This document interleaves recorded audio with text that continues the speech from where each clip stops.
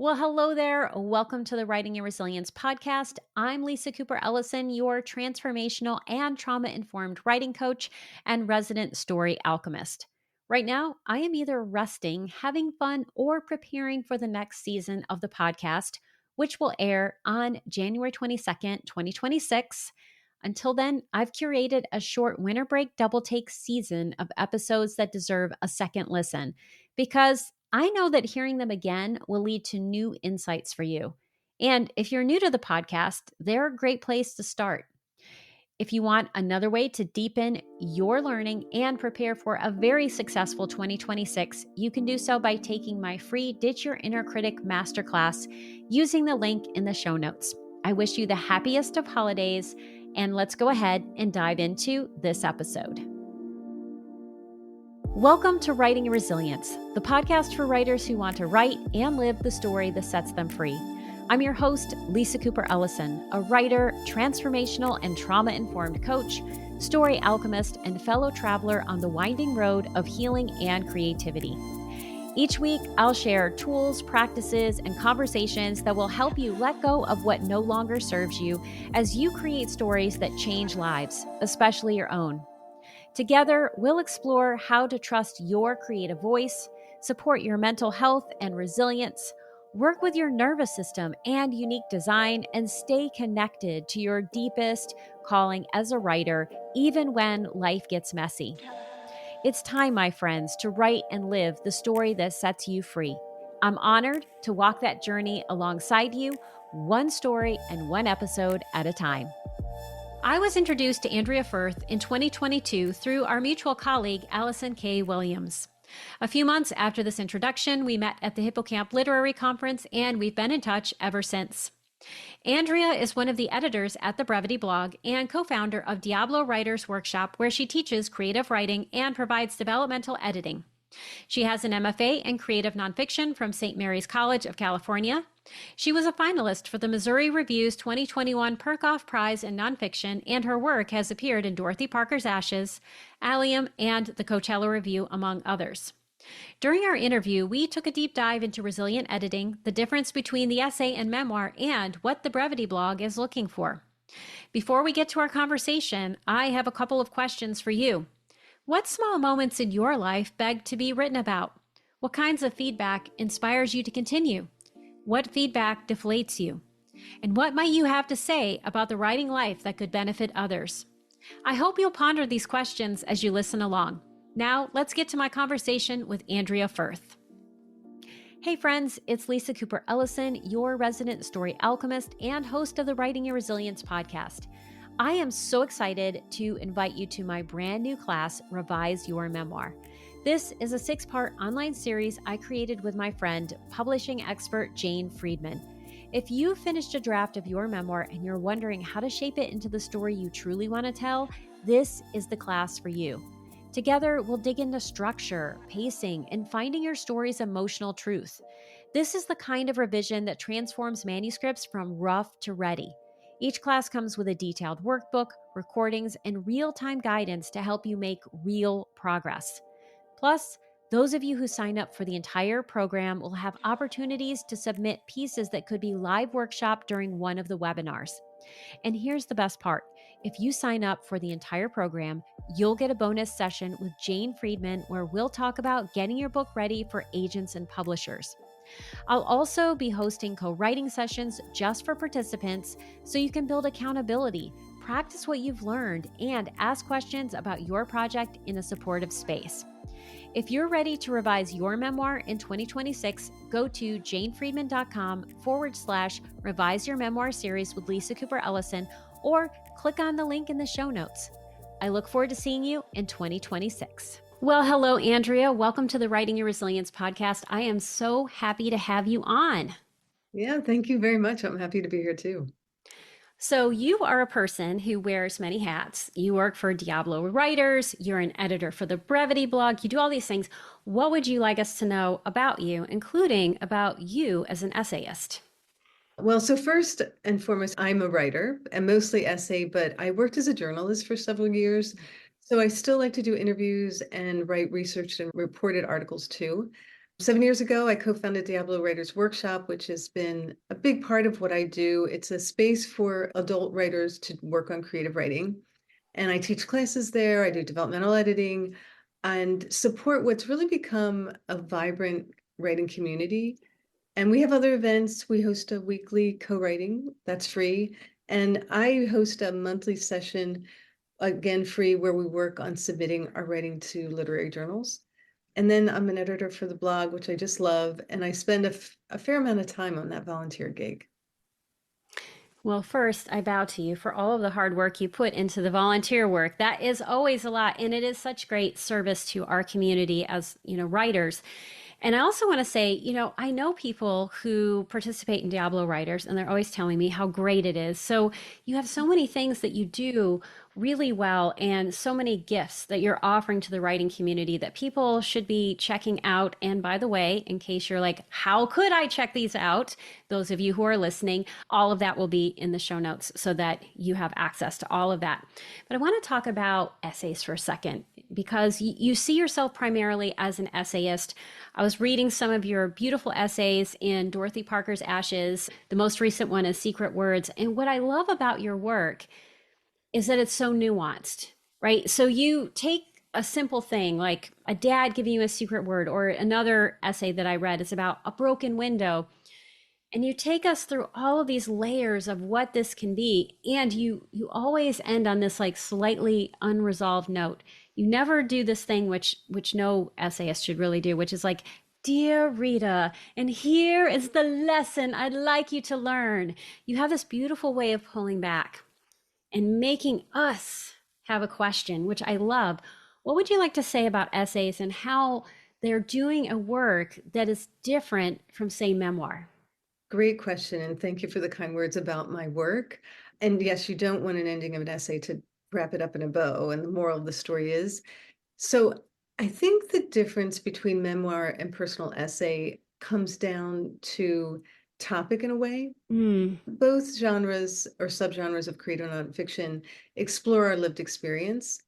Personal essay is a very flexible and creative form that aims to find meaning in what we encounter and contemplate in the everyday. I'm going to paraphrase Philip Lopate, a leader in the field of essay early on.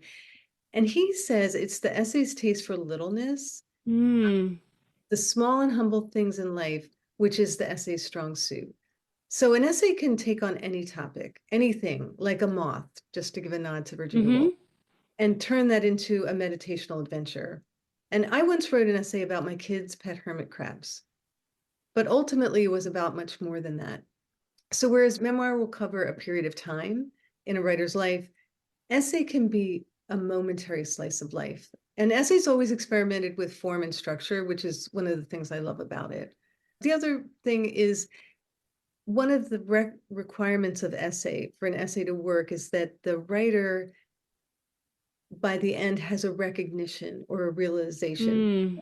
Sometimes it's an epiphany and a big thing, but often it's much more subtle than that, but it can be significant. So I think that might be what you were pointing to, that in the close, me as the writer and narrator, I've learned something about myself and the wider world, but it's not necessarily like hugely life-changing. It's all these little events layered upon each other accumulate to. So hopefully that answers the question. Yeah, no, I think that's really great. So some things that I hear, with memoir, it's often like, let me take you through this big thing that has happened to me in my life. And I'm going to take you along this adventure. And you can interpret the word adventure in any way you like. But the essay is about taking the small moment, blowing it up in a sense, so we can look at it from multiple angles and figure out, what is the personal epiphany? Like, what is it that I've learned about my life that's not necessarily earth-shattering, though sometimes it is, but most of the time it's not. A James Baldwin quote I use a lot around essay versus, like, this is essay versus play, but I also talk about this in terms of memoir, is that, when you are writing fiction or plays or memoir, you're trying to show something. But when it comes to essay, there's an argument involved and you're trying to convince somebody of something. So you're thinking about, what is the idea I'm exploring? What is the argument that I am taking someone through, even though it may not look like an argument when you're reading it, especially in personal essay. What do you think about that? Yeah, an argument and or the writer, the narrator is trying to answer a question. Yeah. I look at essay and the aboutness, what it's about on there's two layers to it. There's what it's about on the surface. Mm-hmm. Pet hermit crabs my kids have. But then as you continue to write and you start to identify themes in the essay and that what's bubbling up, like in that essay, what it really it was a braided, it ended up being a braided essay, the story about the kids and the hermit crabs, and then a neighbor that I had who was a recluse and never came out. Mm. And it braided and it really became about the meaning of home. And then, hermit crabs and how they trade their shells, that became a metaphor and a touchstone. And I was trying to explore what this neighbor meant to me and what his life, his very secluded life meant. Mm. And it gave me that a vehicle, a place to explore that. And I think just like when you start a novel or a memoir and you don't really know how it's going to end, very often with essay, I think writers, we don't know what we're writing about when we start. And you have to write through it to get there, to get to that place where the aboutness on the surface Yeah. and bubbling up meets, because that's the heart of the essay. Okay, so I have not yet read this essay, but I want to now, and I want everyone else to be able to. So please be sure to send me this by email so that I can add this to the show notes because it sounds like a fascinating essay. And as you think about it, you know that there was a steeper layer about your relationship with this neighbor. As you're thinking back on that writing process, and also know that I have no idea is a fine answer to any question. What do you think the inciting incident was? What was it that called you to write this? So it's going to sound a little strange, but we were in Florida, hermit crab races. We end up flying back to Chicago, myself, two kids, my husband, with two brand new hermit crab pets. And my kids were maybe 4 or 5. And they, one hermit crab had a red mark on it, one had a blue mark on it. So each child knew which hermit crab was theirs. I'm having coffee one morning and blue hermit crab attacks red hermit crab, pulls the hermit crab body out of the shell, No. and then goes and takes over the shell. Oh my goodness. Because this is the world of hermit crabs. It's a dog eat dog world. But there's always competition for shells. We actually had put other empty shells in the cage, but whatever. So then when my children came home from school, I had the task of trying to explain to two 3 or 4 year olds whose hermit crab was still around.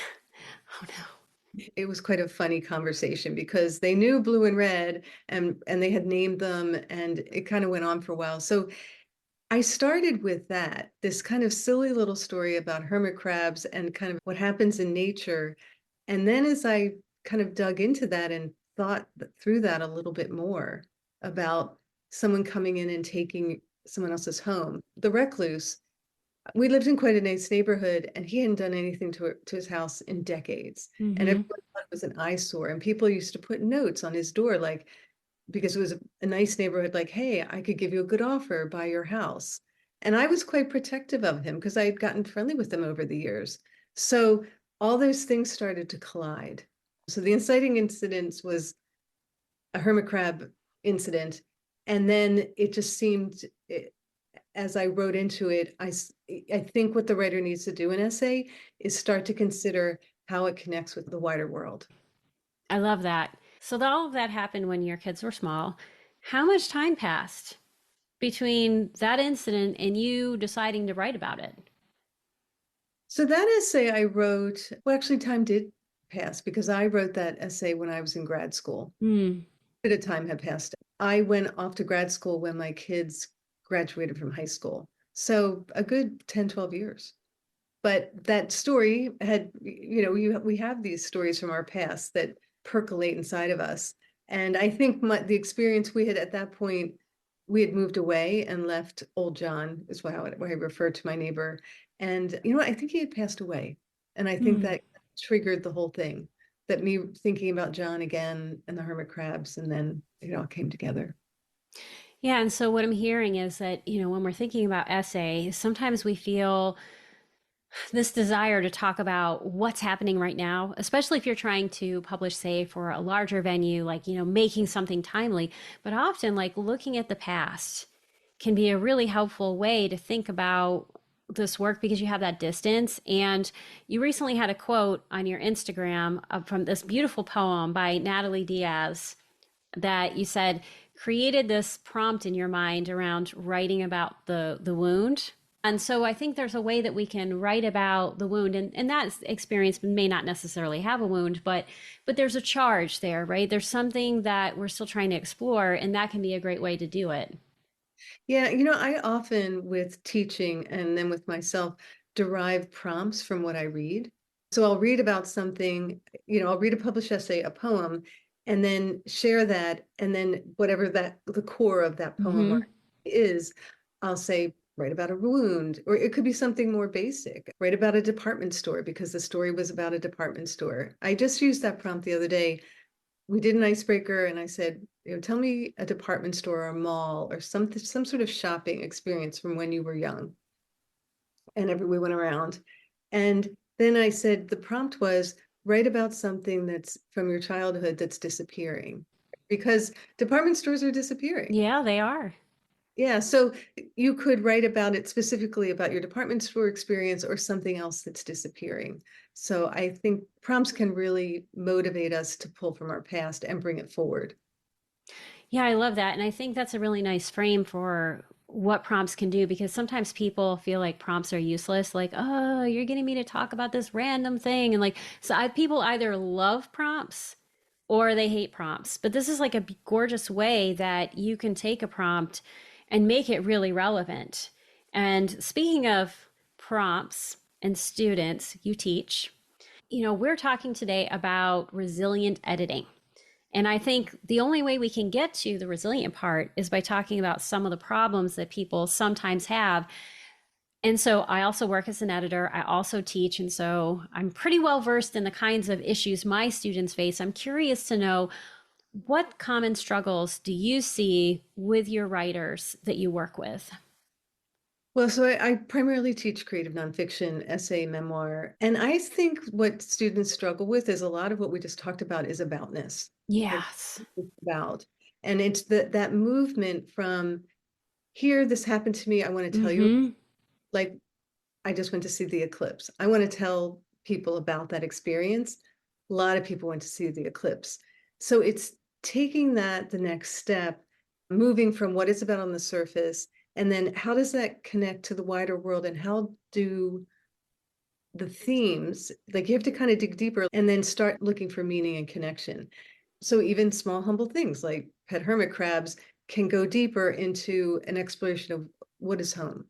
But I think what that requires of writers is time. And I think that they need to sit with it more, write in different directions, look through different lenses to find those connections. Another thing that I find common with writers when I edit, even when I'm working with friends and peers, it's clarity. Mm-hmm. That writers get ahead of what they put on the page and they can lose or confuse the reader. And again, it happens in early drafts. The solution to that is to step away, to give it some time, to read it aloud. And then there's missing bits and the unclear sections become more apparent. You can get that identified to you with someone else reading it in a workshop with an editor, but I actually think there's a lot that we can do as writers Yes. ourselves in revision. And I see it on the blog that a submission comes in and there's a lot of potential, but there are unclear sections. People get excited and they want to get it in, and it's an early draft. Yeah. Yeah. No, I love that. And I would, want to echo what you're saying about aboutness because I think that is a struggle that I see people have a lot. And I recently interviewed Sue William Silverman and we were talking about, writing. And one of the things she said is like, creative nonfiction is not a Xeroxing of your life. You're not Right. just saying this happened and that happened. You have to find out what it means. And I see writers struggle with this all the time. And I think the more fraught the experience is, sometimes the bigger the challenge is in terms of figuring out that aboutness. largely because it's tangled up with all of the feelings, right? So it's like, I want to express those feelings. And you do have to Xerox your life, on the page in early drafts, but it takes a while to get there. And sometimes when you don't have that sense of aboutness, I think that also muddies the clarity. Oh yeah, yeah. And that's again, that's one of the reasons I really love the essay form, because you don't have to have some torrid, tumultuous event. It really can be pet hermit crabs. You pointed, I had written an essay, secret words. That was a fun little game. My father made up a couple secret words for me when I was 5. But then that essay goes into some of the deeper, more difficult Mm-hmm. of, my childhood. But I didn't start with them. Yeah. I love that idea of not starting necessarily with whatever the wound is, but maybe starting with something that makes you curious. And then, if the wound is going to be connected, it will find a way in, because I've talked about this with people before. This was something I learned in graduate school back when I was getting a degree in learning and behavior disorders. I had this excellent developmental psychology professor. And one of the things she said is that when the limbic system is overtaxed, learning cannot occur. So, like, your limbic system is the part of your brain that handles fight or flight. So if you are in a highly emotionally activated state, you actually can't learn. So finding things that are of a lower charge for yourself that you can use to practice the craft of writing is actually going to make you a better writer, so that when you deal with these more challenging experiences, you have more skills to work with. Yeah, I think for me, one of the things, because I started in journalism, I was writing about other people. Yeah. So I had that distance. I could write about their problems or, what was going on. And it also gave me distance because, at literary journalism, people got into incorporating their own personal experience. But I did a lot of straight feature writing, but I wasn't in the story. So Mm-hmm. that had been how I had learned. And so for me, I actually had the experience when I moved to creative writing and I went to grad school, was like kind of opening up. And I've always been described as that I write with restraint. And I think there's good and bad things to that, because you do really ultimately want to get your story out on the page. I've had to work at that.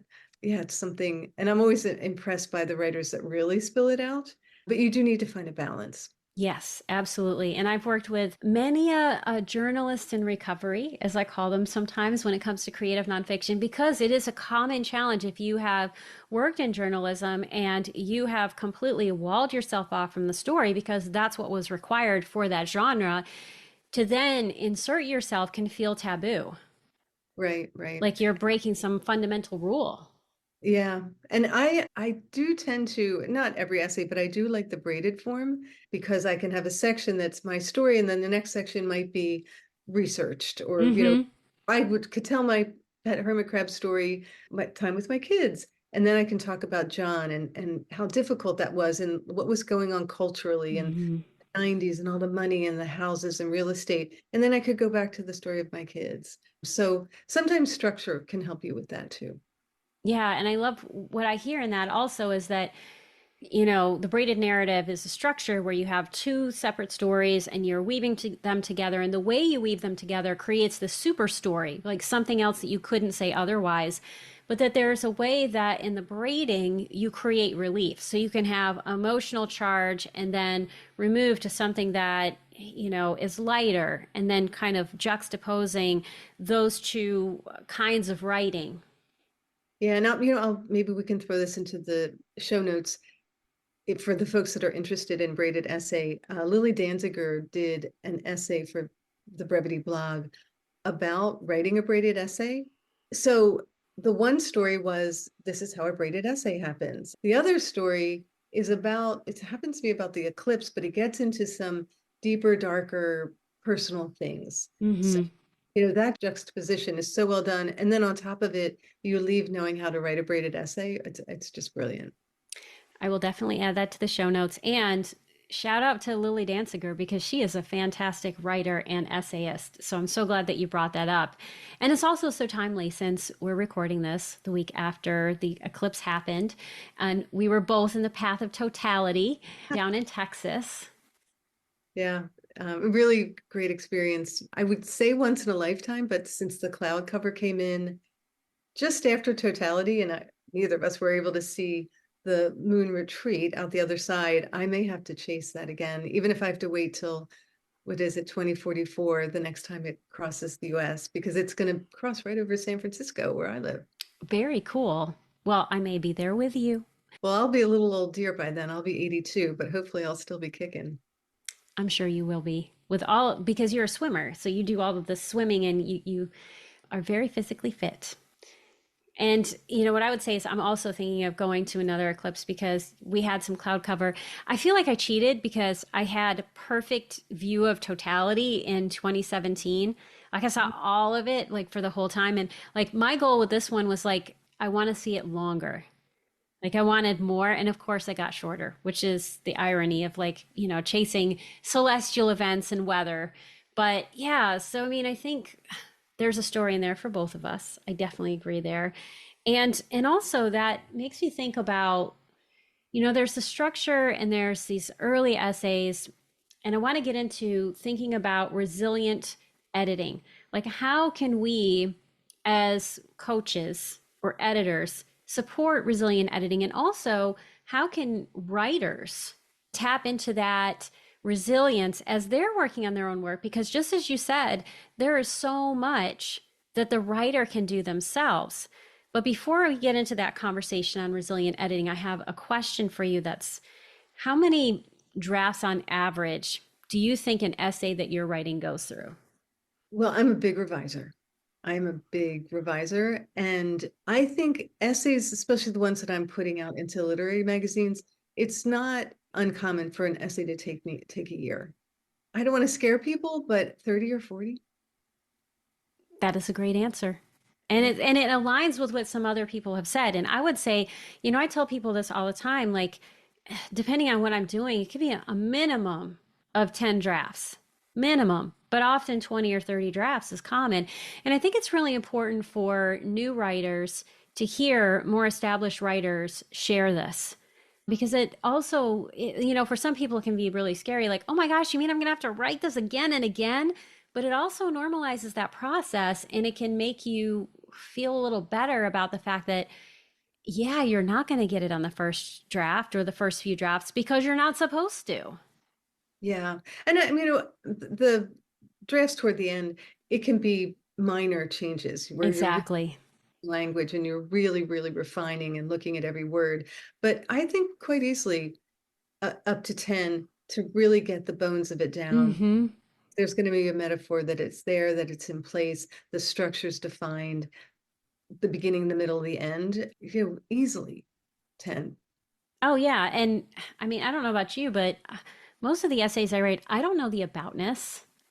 Like, I Exactly. struggle as much as anyone else with the aboutness. I have this essay I'm working on right now. I was going for a walk this morning, like, what is the aboutness? What is the aboutness? And I've been working on this essay for about a year, like, you know, and it's close. And I think I'm almost there, but I just keep having to meditate on it. It'll happen in my sleep. Sometimes I get up and write it down, not always, but hopefully it comes back to me in the morning or on walks in the pool over the course of several months, where like I'll be like, oh. And then one other thing is, one of the things that I do when I'm editing or if I'm in a workshop is we'll start with in a workshop, and I'll start with editorial feedback. What is this about? And then what else is it about deeper? And often, because we as the writer don't, we might not know, that kind of feedback can be quite useful. Like I don't tell people this is what you're intending to write about. My read, this is what I'm taking away. And sometimes the writer on the other side is like, oh, I didn't even know I was writing about that. And it can be really enlightening. So, sharing your work can help you with that. Absolutely. And I'm going to share a tip that I heard from someone else, and I cannot remember who I heard this from, but someone was saying that if you write a question on a piece of paper and put it under your pillow before you go to sleep, this can be a way to get your question answered by morning. Like that can be something that happens. So if you don't know the aboutness of your essay, write a question about it, stick it underneath your pillow, or do what Andrea has said, which is get feedback from other people. Because I agree, There are so many things that we're blind to when we are working on our own writing.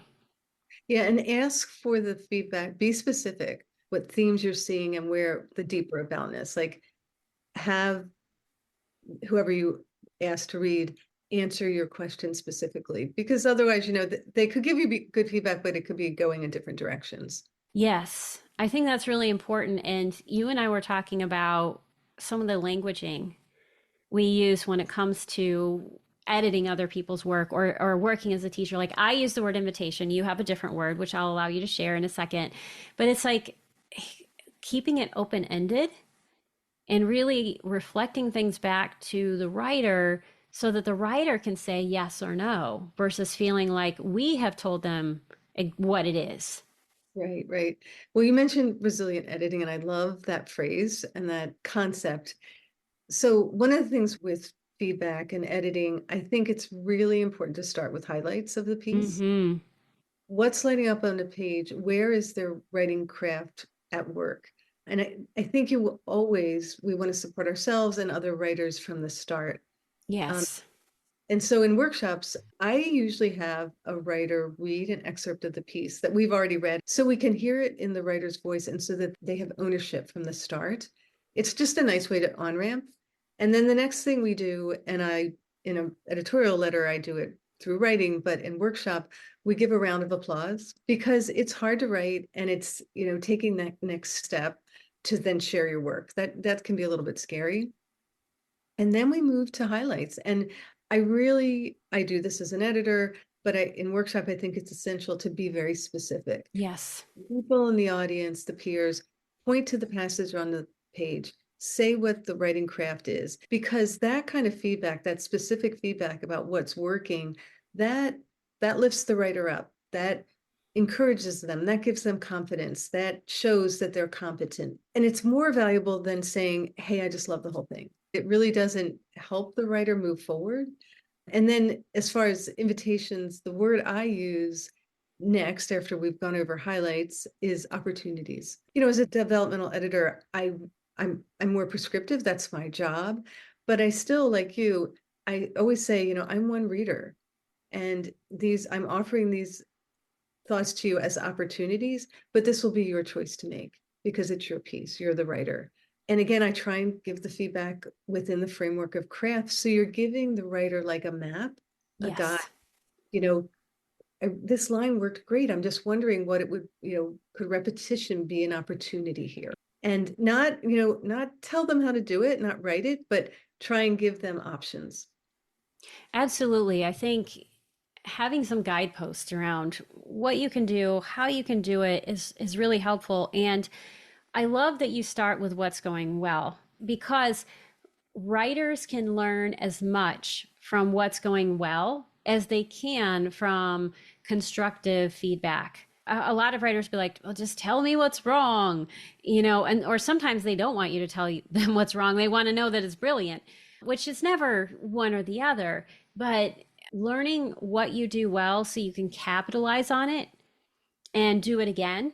I think that's one of the things about that specificity that's important is when you know specifically what went well, you can replicate it, which is more helpful than like, oh, I love this. And I think the same with the invitations. And for me personally, I love it when I offer an invitation or a question or I say like, here's what I'm seeing. Does this align with what you're seeing? And they say to me, no, not that. But what you said made me think about this. And that's what I'm trying to do. And I'm like, yes, push against the invitation. Very good. One example is identifying in a piece, like, I really felt things started to heat up and happen when you moved in scene here. Mm-hmm.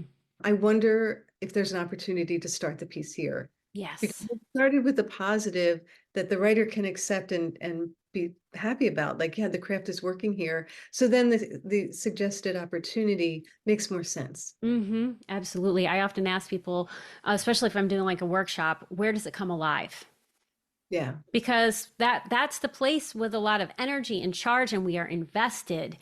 And what a lot of new writers need to understand about writing, and I think more established writers get this, is that There's a lot of throat clearing we have to do. And often those first few pages or first few paragraphs are very necessary for us to write because they help us get to the point where things come alive. And then it's in that revision process, you can just lop it off. Right, right. That's what I always say about beginnings is when you're writing, just begin anywhere. Mm-hmm. Because that's the beauty of word processing. And when I'm writing myself, I keep everything, even as I start cutting things out, I just throw it at the bottom of the document. I have this line and I just start throwing things down there. And then as I get through the draft, I can go back and they might get moved back up, but I don't lose anything. I think cutting words and putting them in the trash is a hard thing to do. So I don't do it. No, it's so important to keep that. And what I do is like I save every single draft. I have like version 1, version 2, version 20. Because sometimes what I'll find is that the thing that I had in drafts 1 through 3 that didn't work in an early draft, sometimes I go, oh, it was important. I needed to have it. It's just I didn't know the work it needed to do. So then I have to bring it back. Yeah. Or for me, sometimes I find that it's going to come out in a different essay. Exactly. I have a Yes. folder on my desktop for, my darlings, and they go into the darlings folder, and hopefully they have another life. I love that. I love that you have a repurposing of the darlings. That's so important because that's one of the things we really struggle with is like, oh, I worked so hard on this thing and I don't want to get rid of it because of the effort, but you have a place for the effort Yeah. and, a way for it to be resurrected. So I want to shift gears to the Brevity blog because you also work as an editor for the Brevity blog. And what would you like us to know about Brevity blog essays, which are very specific? Right. So the number one thing to know about Brevity Blog, it's a place to discuss issues related to creative nonfiction, Mm-hmm. specific focus. That says, topically, we cover a really wide range. It could be craft, it could be writing process, editing, publishing, book launch, revision, writing life. So as long as it connects to creative nonfiction, many topics are likely a fit. We're not a journal, but we're not like what the early days of a blog were. I think our blog guidelines do a pretty good job of explaining what we're looking for. And I set them aside. I'm just going to read a couple sentences. We aim to publish not just blog posts, but essays with a beginning, a middle, and an ending, with the arc and movement found in all good essays, as I paraphrased, in which the writer comes to a recognition, a realization, and sometimes an epiphany. We look for that through line and a reader takeaway that questions, teaches, inspires, and/or entertains us, that makes us think, which you and I have just been talking about. Mm-hmm. So the idea is that when someone reads the blog, say they read it in the morning, we publish every weekday, that they leave with, something that's going to add to their writing life that day. Yes. We're all writers. We have different experiences, but they connect in myriad ways so that they've got a takeaway that they can bring forward. So that's a big thing about the blog. And I think the way to get familiar, just like any lit mag, is to read it. You can get it, it's free, you can get it to your inbox each day, or you can go explore the archives. And then one other thing we have in the guidelines that I think is pretty helpful is we link to an essay that we, the editors, published, I think last summer. And in that essay, we broke down, these are the things that work in blog essays, and these are the things that don't work. Mm-hmm. We have 6 or 7 examples that we link to of essays of a real variety that we think are working. So we're absolutely proud of every essay we publish, and these are 6 examples, but I think that can be a really helpful resource. Yeah, I love how you said that. Like, read the blog so you can familiarize yourself with what they are publishing, what they're looking for, what's already been published, so that you're not pitching something that, was recently talked about. I think that's really important. And the great thing about the Brevity blog is the word brevity. They're all short. And so, what is the average word count? So the sweet spot, as we describe it, is 850 words, Mm-hmm. minimum of 500 words, and no more than 1,000. But I would say most of the essays fall between 750 and 850 words. And we'll help the writer edit it to achieve that as well. And one other thing about the blog where we do differ from a journal, and we can't do this all the time, we're all volunteers and we get a lot of submissions, but we will work with writers to get an essay ready for the blog. So if the essay has potential, if it's got a through line and there looks like there's a takeaway, but there's some clarity issues or things could get improved, I'll go back and forth several times with the writer. I really encourage people to submit because we love to work with writers. So here's some things I'm going to say on behalf of Andrea and all of the rest of the editorial staff. When you hear maximum of 1,000, I want you to think about that sweet spot. Try to get as close to 850 or below as you can, because I think sometimes readers think like, oh, well, the upper end means I can submit something that's 1,000 words and then they'll help me pare it back. Remember, these people are all volunteers and they do not necessarily have the time, even though Andrea just said, we will work with writers, especially if there's a lot of potential in the piece. So really think about that sweet spot, because every journal has a sweet spot, and the closer you can get to whatever that sweet spot is, the better your chances are. The other thing I will say is I love how generous you are, Andrea, and that you are willing to work with writers, especially if there's potential. Here's what I want you all not to hear. I can send Andrea a hot mess of things that I think has a point in it, and Andrea will help me find that point. You should think as best you can about the point, what the point is, and take your work as far as possible. And for you, it should feel complete. And maybe there might be some things that need to be edited or fixed, and Andrea will find that, and Andrea will, help you shape it. But I know sometimes writers will hear things like this and they'll think, oh, I can send early work. So those of you who are not watching this, Andrea just did a good head shake. Okay. So I'm going to let you say something about that, because I think I want them to hear exactly what you're saying. Yeah, maybe I thank you for qualifying. One, we talked about it before, like where do writers struggle? And I see it on the blog is they submit an early draft. Mm-hmm. Probably get a more standard response Yeah. because we don't have the time just to clean work up. And you need a clear, just like with the guidelines I read, you need a clear takeaway. You need a through line. That's what we're asking you for. So yeah, submit your best. Submit your best and read those 6 essays that they have linked to, and continue to read, because as you read additional essays that are published, an essay might inspire you to write something else, because you might say, oh my gosh, this makes me think about this other thing, and I'm pretty sure that will work. So that's another great takeaway. And a really great example that hopefully I know Lisa will put into the show notes as well is Lisa's most recent publication. You've published on the blog, but your most recent essay about your experience at AWP, and it's got a very catchy title. I encourage everyone to read that. Lived experience and, a writer having a recognition, a realization, an epiphany. It's really well done. Oh, well, thank you, Andrea. I really appreciate that. And I will link that so that people can read it. And I really thought about what that takeaway was. It wasn't just the experience, like the situation at AWP was a launching point. I think that's another way to think about essays sometimes, is like that initial situation. You're like, oh, this is really juicy. This has energy. Sometimes that's the launching point, not the destination. And that was certainly the case for me. Yeah, great. We do, one other note on Brevity Blog is a lot of blog essays are craft oriented. Brevity, the magazine, is like our big sister. Mm-hmm.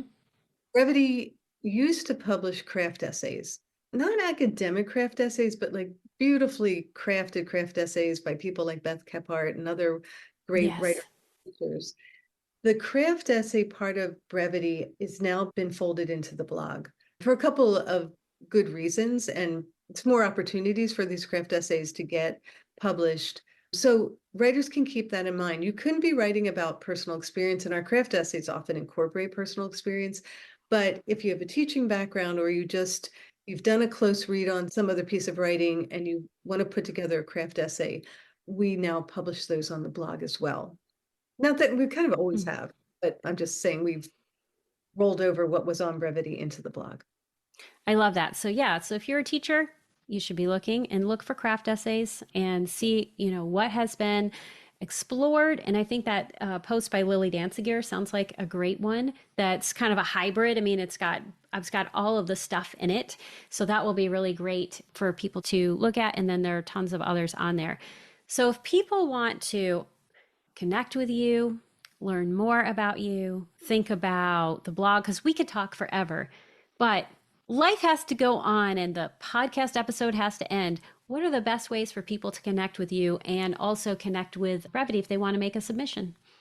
Right. So in the show notes, you'll put the website for Brevity Blog. We don't use Submittable. So you just send your submission as an email attachment to brevityblogessays@gmail.com. That'll be in the guidelines. brevityblogessays@gmail.com. Myself, my byline includes my middle initials. So I'm Andrea A. Firth. So website, www.andreafirth.com, email, and feel free to email me, andreafirth@gmail.com. Yeah, so Google Andrea Firth, you'll find me.